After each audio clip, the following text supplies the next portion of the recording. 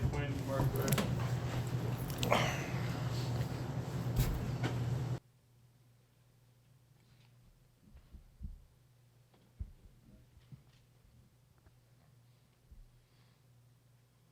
You were sitting there, Jamar. You heard my question.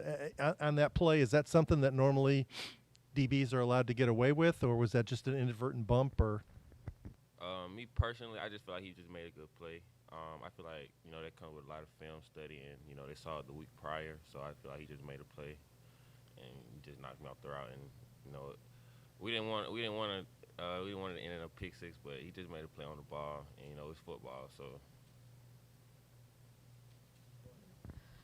For both of you guys, kind of asking the coaches about it too, but just after, riding a high of a good start to the season, having that loss, what do you feel like you guys have learned from that, and what do you kind of want to take from that and, to get back into winning against Duke?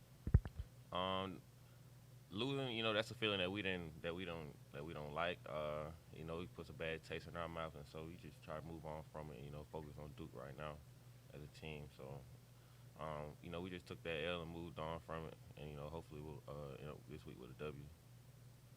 Yeah, like you said, losing, we don't like that feeling. So just moving forward, we just got to do everything in our preparation to not have that same feeling again. Guys, what for both of you? What was last week like? What's a bye week like when you lose, because you kind of stewing and the way it was? And Jamar, I know you probably used it to get healthy, but what was it like for both of you guys to go through it and not have a game? It's for the bye week for us, we probably just did like a lot of self-evaluation, a lot of film study. Saw what we did last week, mistakes we made last week, and make sure that we didn't make them, this upcoming week. Paid a lot of attention to detail during practice. Just picked up some better practice habits that can carry on into the game. Yeah, we just took the bye week, to try to get healthy and try to get that extra step on Duke, and just take that time to evaluate what we did the first 7 games and try to get better going forward. For both of you, you have a week off. Are you watching a game like UNC Virginia and thinking about how that might impact where you guys are at in the standings and moving forward?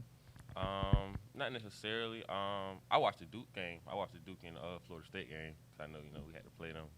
But I didn't really watch UNC and Virginia to see where we were going to be, because we don't play UNC. We play Virginia in a couple of weeks, but we just focus on Duke right now, taking it one game at a time.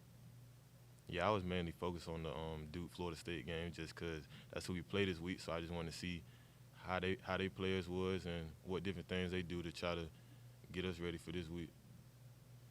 Jamari, Duke's coming in as one of the best, pass defenses in the country. When you look at them on film, what makes them so difficult for guys like yourselves to make the big plays? They're disciplined. They got a veteran defense.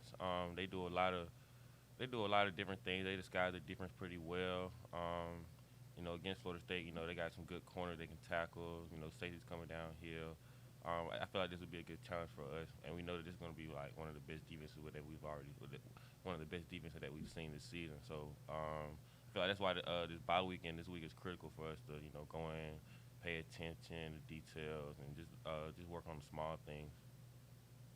EJ, you said you watched the game Saturday. How much other Duke film have you watched, and kind of what's the difference? What impresses you about Riley Leonard, and what's the difference between him and the backup and what they do when each one's out there? I took last week, to watch a lot of Duke film. Probably what's the difference between Riley Leonard and they backup is he just has more experience, and he looks like he's more comfortable in that system. So we have to take time this week to look at both quarterbacks because we don't know who we're gonna get. But I definitely took a lot of time last week watching Duke. Jamari, talk about playing through the injury. How does it feel, and how what did it limit you doing against Pitt? I don't want to just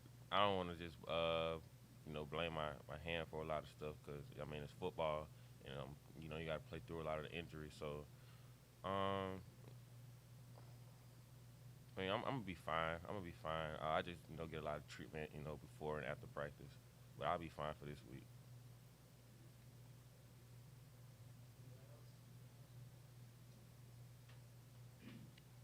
There was a story this weekend that the average starter in big-time college football gets $103,000 from NIL. Does that number sound plausible? And is Louisville up to speed? I don't know. I mean, probably for different programs. Different programs have different star players.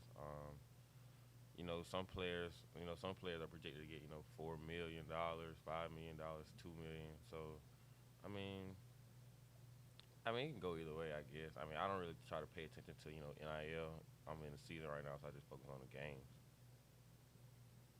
Yeah, like you said, I ain't really too focused on the NIL right now. You ball on the field, that's gonna come. So we can talk about it at the end of the season.